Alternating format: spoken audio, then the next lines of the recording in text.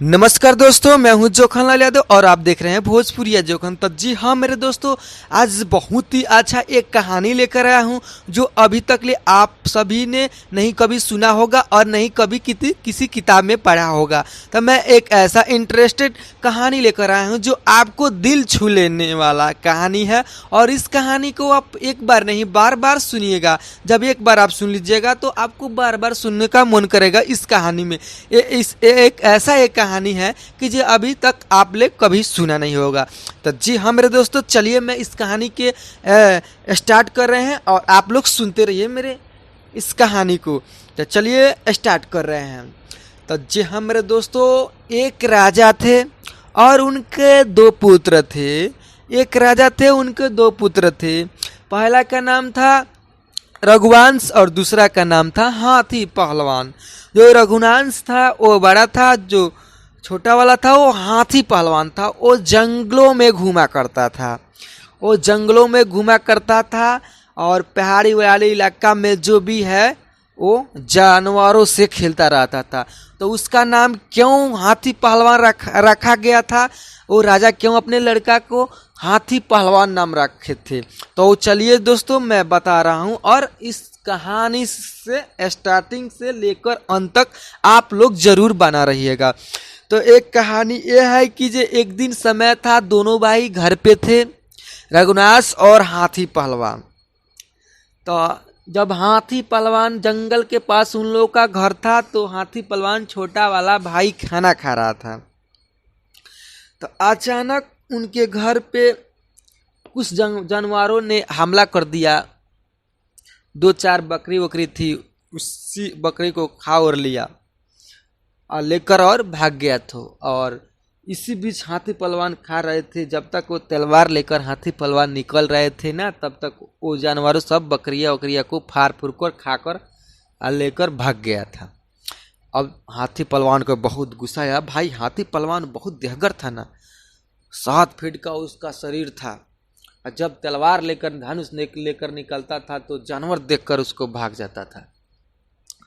तो ऐसे में जब चल दिया कि देखा कि मेरा नुकसान इतना हो गया, मेरा बकरी जो भी था वो बकरी वकरी के सब लोमर उमर सियार वार जो भी लेकर चला गया था खाने के लिए। अब वो क्या किया, पागल आदमी हाथी पहलवान ने निकला और तलवार निकाला और चल दिया वो लोग को ढूंढने के लिए। बोला कि जब मैं मार ही दूंगा, किसी को न किसी को खत्म कर दूंगा।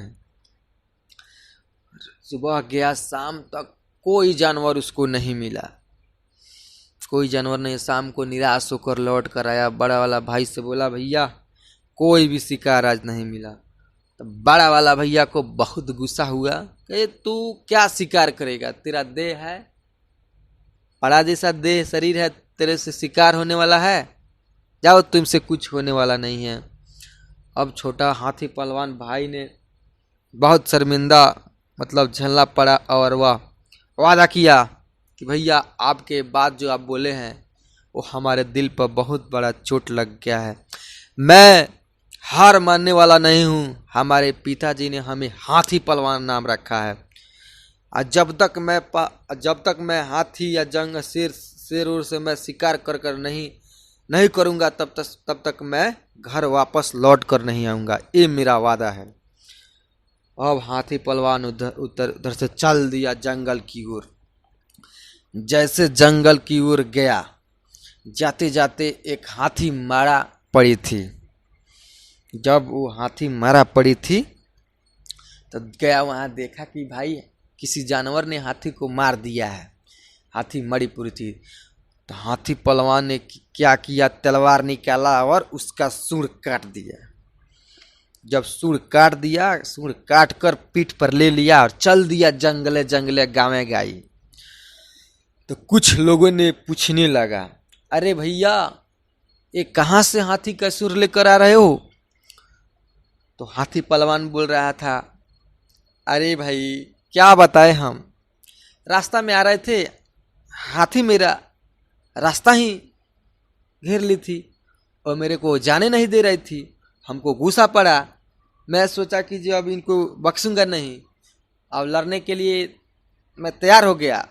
जैसे मेरे पास आई, मैं इसको इसका तलवार से सूंढ़े काट दिया और इसको ख़त्म कर दिया। तो लोग चिढ़ाने लगे, अरे भाई आप एक इतना बड़ा हाथी को आप मार दिए हैं। लोग तारीफ करने लगे हाथी पहलवान को। तो बोल रहा है कि हाँ भैया ये क्या है, मैं तो बड़ा बड़ा शेरों का बाघों का शिकार करता हूँ, वो लोग मेरे पास नहीं आते, मेरा शरीर देखकर वो भाग जाते हैं। लोग बोले वाह भाई वाह, क्या बात है, ऐसा तो होना चाहिए आदमी को। देखिए हाथी को मार दिया और सूंड कान्हा पर लेकर चल दिया है। तो लोग बोले कि अरे भाई ये तो सच में हाथी पहलवान है, देह भी इसका हाथी है। तो लोग बोले कि ये ऐसा बात है, आप जानवरों को शिकार करते हैं, मार देते हैं। तो हाँ, बहुत सारे जानवर को शिकार किया हूँ, मारता भी हूँ, और मैं जंगले में रहता हूँ। तो कुछ लोग आपस में बोले कि ये हमारे गांव का एक राजा है, मतलब गांव के लोग का एक राजा था, किसी दूसरे राजा उसके मतलब राज्य पे हमला करने वाला था और राज्य को छीनना चाह रहा था। तो कुछ लोग बोला कि चलो ना भाई, ऐसे आदमी का काम है तो अपने राजा को बता दिया जाए, जे राज दरबार में रहेगा। तो ये तो इतना मतलब शरीर पहलवान जैसा था, हाथी पहलवान नाम रखा हुआ था। तो वैसे में लोग बोले कि हाँ हाँ ठीक है। तो कुछ लोग जाकर राजा को बोल दिए कि एक हाथी पहलवान आया है, उसका 7 फीट का शरीर है और वो रास्ते में हाथी का शिकार कर कर कान्हा पर लेकर चला आया सूंड। तो लोग बोले ऐसा बात है? हाँ, राजा बोला ऐसा बात है। तो हाँ हाँ ऐसा ही बात है। तो मंत्रिया को भेजकर राजा बुलवाया अपने दरबार में, बोला कीजिए कैसे कैसे किए हो। तो बोला अरे हजूर, मैं रास्ता से आ रहा था, हाथी मेरे रास्ता रोक दी थी, हमें गुस्सा हुआ, मैं इसको शिकार बना लिया। तो बोल रहा था, राजा बोल रहा था ऐसा बात है, हर एक किसी का शिकार करते हो? अतः जी हजूर, मैं सब कुछ हर एक शिकार, हर एक जानवरों का शिकार मैं कर देता हूँ। तो राजा बोला कि एक मेरा काम करोगे? तो बोल रहा था हाथी पहलवान, अरे एक क्या, आप मेरे को 1000 काम कराइए ना, और मैं नहीं करूँ तब ना बोलने का। तो राजा सोचा कि भाई चलो पहले इसको ट्राई ले लिया जाए। तो क्या हुआ था, राजा के दरबार में एक गली था। उस गली में मतलब कोई भी आदमी शाम या सुबह में नहीं आता था। वहाँ पे एक बड़ा सा सर्प था, लमसम 13-14 फीट का था सर्प, जो एकदम रोड घेर देता था। लोग जाते थे तो सर्प काट देता। सर्प आप लोग समझते हो, सांप को बोला जाता है। तो बोला कि अरे हजूर ये क्या है, ये तो छोटा मोटा काम है। हाथी पहलवान बोला, अरे हजूर ये तो छोटा मोटा काम है, ये सर्प क्या चीज़ है, मैं तो उसको देख लूँगा, आप मेरा व्यवस्था कीजिए जो मैं बोल रहा हूँ। राजा बोला कि ठीक है, क्या व्यवस्था चाहिए बोलो तुम। तो बोला कि जे हमें केरा का थम कटवाइए। तो तुरंत नौकरों को भेज दिया। राजा बोला जाओ दो पेड़ मतलब केला का पेड़ काट कर लेकर आओ। 2 पेड़ा के कटवा दिया, कटवा कर लाया, पहलवान को दे दिया। पहलवान बोला कि मेरे साथ 2 आदमी चलो। पहलवान आगे आगे जा रहा था, 2 आदमी पीछे पीछे वो केला के थम लेकर जा रहे थे। जहाँ सांप बैठता था वहाँ पे वो रख दिए थे, खूब बढ़िया से अच्छा से बिछाकर केला के थम को रख दिया लो, और चला गया था। वहाँ से रखकर चला आया था। तब तक रात को जैसे 12 बज रहा था, वैसे हाथी पहलवान गया और देखा कि ये सांप सोया हुआ है। क्या किया कीजिए, तलवार निकाला, छड़ देना उसका मुरी काट दिया। सांप को काट कर मुरी अलगे कर दिया और अलगे लेकर तुरंत सांप को घसीटते राजा दरबार में लेकर हाजिर कर दिया। अब राजा देखा तो पूरा राजा खुश हो गया, गजब गजब, हाथी पहलवान। दरबारियों में हंगामा हो गया कि हाथी पहलवान जिंदाबाद, हाथी पहलवान जिंदाबाद के नारे लगने लगे। अब इसका और मनोबल बढ़ने लगा हाथी पहलवान का। फिर राजा बोला एक और काम है मेरा, करोगे? तो बोला कि जो मैं बोला था ना हजूर, ये क्या मेरे से 1000 काम कराइए, मैं पाछे हटने वाला आदमी नहीं हूँ।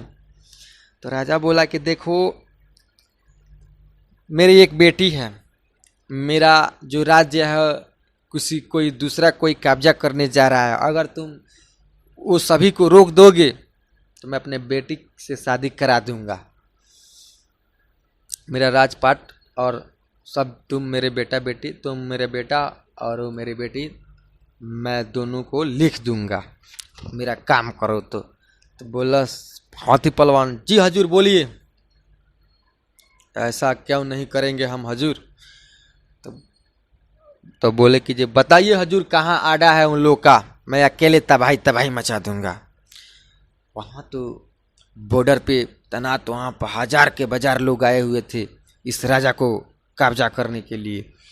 हाथी पहलवान बोला कि हजूर मेरे लिए वो कुछ नहीं है, 1000 का 2000 होगा तो मैं पीछे हटने वाला नहीं हूँ।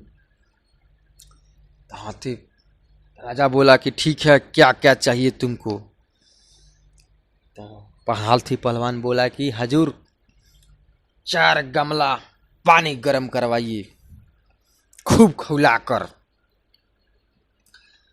जब 4 गमला पानी गर्म हो गया, खौल गया, जहाँ वो लोग का टेंट गिरा हुआ था वहाँ चला गया हाथी पहलवान। चारों जो हंडा था पानी गर्म हुआ था, चारों वहाँ पे ले जाकर रख दिया था। फिर रात को 12 बज रहा था, वो सभी लोग सोया था। दूसरी राज्य से आया हुआ था, बॉर्डर पे था ये कब्जा करने के लिए। जैसे वो सब लोग सोया था वैसे हाथी पहलवान गया और एकदम हड़िया को बीचे में पटक दिया गर्म पानी। अब लो कमाल हो गया भाई। जब जब पोलो का देह पर गर्म पानी पड़ा, वे भागने का ध्यान नहीं था। सभी लोग वहाँ पे ले भगाई, इतना सब लोग भाग गया वहाँ से। हाथी पहलवान ने कहा कि वाह, सब लोग को भगा कहीं छोड़ा मैं। सुबह होते होते राजा वहाँ पहुँच गए, हाथी पहलवान को तारीफ करने लगे, जिया शेर जियो शेर। लोग फिर दरबारों में बोला, हाथी पहलवानों का स्वागत, भव्य स्वागत हुआ और वो सभी हाथी पहलवान जिंदाबाद के नारे लगाने लगे। फिर राजा ने बोला एक और मेरा काम है। तो बोला हाजिर बोलिए ये क्या। मैं बोला कि बार बार मेरे को ललकारिए मत, तब बार बार मेरे को कहिए मत कि एक और काम है। हाथी पहलवान गुस्सा से बोला कि बोलिए अब क्या करना है। आता तुम मेरे साथ चलो शिकार करने जंगल में, वहाँ चलो और शिकार हम भी करेंगे और तुम भी करना। हाथी पहलवान बोला कि चलिए। अब जैसे हाथी पहलवान एक घोड़ा पे दोनों आदमी थे। राजा घोड़ा चला रहे थे, हाथी पहलवान बैठा था। जैसे ही जंगल में वो लोग गए, शेरों का झुंड इतना आ गया कि ये राजा देखकर भाग गया। हाथी पहलवान वहीं पे गिर गया घोड़ा से। और क्या किया हाथी पहलवान, तो बच नहीं पाया और हाथी पहलवान को ये छोड़कर राजा भाग गया डर कर। अब बेचारा क्या करे हाथी पहलवान, अब तो रोने लगा, फिर भी हार नहीं माना। तुरंत वो पेड़ पर चढ़ा गया, ऊपर पेड़ पर चढ़ गया। चढ़ने के बाद तलवार हाथ में लिया था। अब इतना साला मतलब बाघ और शेर आ गया हाथी पहलवान को खाने के लिए, भौंकने लगा। अब तो ये तो ऊपर चढ़ गया था। आप सभी को मालूम होगा कि शेर और बाघ ज़्यादा दूर तक पेड़ पर नहीं चढ़ता है। इतना पुताल हाथी पहलवान चढ़ गया कि जो वो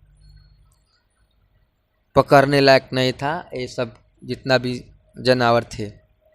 अब खूब चिल्ला रहा था लो शेर, हाँ खूब गरज रहा था। ऐसे में अचानक हाथी पहलवान का जो तलवार था छूट गया और जो नीचे में एक शेर गरज रहा था उसी के मुंह में जाकर वो तलवार गिर गया। जब तलवार उसके मुंह में गिरा वहीं पे वो गिर पड़ा। और जितना शेर और बाघ आया था अब तो ये मर पड़ गया। अब उसके डर से ये भाई ये मार दिया, ये भी मरा गया, हम लोग भी मरा जाएंगे। अब सभी बाघ और शेर वहाँ से भागना स्टार्ट कर दिया। जैसे ही भागना स्टार्ट कर दिया अब हाथी पहलवान थर थर काँप रहा था कि भाई आज मेरा जान बहुत बहुत मुसीबत से आज जान मेरा बचा हुआ है। अब ये तो डर है, इसका हवा गुम था हाथी पहलवान का।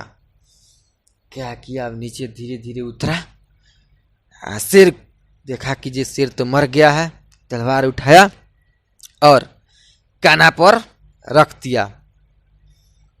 हाथी पहलवान शेर को काना पर लाद लिया और जंगले जंगले पैदल चल दिया।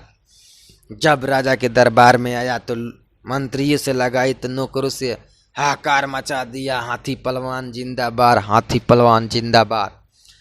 अब राजा सर नीचे मुड़ी गाड़ दिए थे, कायरों की तरह भागे थे राजा इसको छोड़कर। जब मंत्रियों ने पूछा कि भाई ये कैसे कर दिया, हाथी पहलवान ने बोला कि जी मैं ऐसे ऐसे तो मैं 10 को मार दिया हूँ, मेरे को तो राजा साहब छोड़कर चला आए हैं जंगल से और ये भाग गए हैं। हमें इनके जो भी ये विचारधारा है राजा साहब का ये सही नहीं है, मेरे जान को त्याग कर ये भाग गए और हमको छोड़ दिए। कोई बात नहीं, मैं एक नहीं 4 5 शेर और बाघ को मार दिया और नहीं विश्वास हुआ, आप लोग को नहीं विश्वास होगा, इसी की वजह से मैं इसको कान्हा पर लाद कर लेकर आया हूँ। और मंत्रियों इतना हाहाकार मचा दिया कि राजा सर नीचे मुड़ी कर लिया। और उसी समय राजा ने अपने बेटी को बुलाया और पूरा धन संपत्ति हाथी पहलवान के नाम लिख दिया और हाथी पहलवान उस राज्य का राजा बन गया। और वो अपने भाई को एक दिन याद किया कि चले भाई के यहाँ, और भाई को भी यहाँ बुला कर लाए और यहाँ राजपाट भाई को भी संभालने को दे गया। घर तो वहाँ दासा से बेदासा हो गए थे उनके बड़े भाई, गाला से गाला मिलाकर रोने लगा बड़ा भाई। हाथी पहलवान भी रोने लगा, कहा भैया टेंशन ना लीजिए, आप मेरे साथ चलिए और मेरे दरबार में रहिए। आप भाई भाई का प्यार प्यार होता है। तो ऐसे में अपने बड़े भाई को लेकर आया भाई और यहाँ पे रख दिया, अपने दरबार में मंत्री बना दिया और भाई को सम्मान और इज्जत करने लगा। तो दोस्तों इस कहानी से आप लोगों को क्या सीख मिला है, आप लोग कमेंट करके ज़रूर बताइएगा। और एक कहानी किसी इतिहास में लिखा हुआ नहीं है और नहीं किसी बुक में लिखा हुआ है, ये मेरे दिमाग का कहानी बनाया हुआ है। आप सबको कैसे लगा होगा, हमें उम्मीद है कि आप सभी को अच्छा लगा होगा। हमारे उमंगमा बढ़ाने के लिए आप लोग कमेंट कीजिएगा और इस चैनल को सब्सक्राइब कर दीजिएगा। और इससे अच्छा हर एक दिन लेकर आऊँगा कहानियाँ जो आपको दिल छू लेने वाला होगा। एक कहानी आप लोग को जिंदगी के कुछ मिनटों का आप लोग का टेंशन मुक्त करता है और करेगा भी। इस कहानी आप लोग इस कहानी को सुनते रहिए और अपने छोटे मोटे दोस्तों और भाइयों और भतीजों के साथ शेयर करते रहिए। ये वीडियो को लाइक और चैनल को सब्सक्राइब जरूर कर दीजिएगा। आप सभी को हम ले रहे हैं इजाज़त। चलिए, जय हिंद।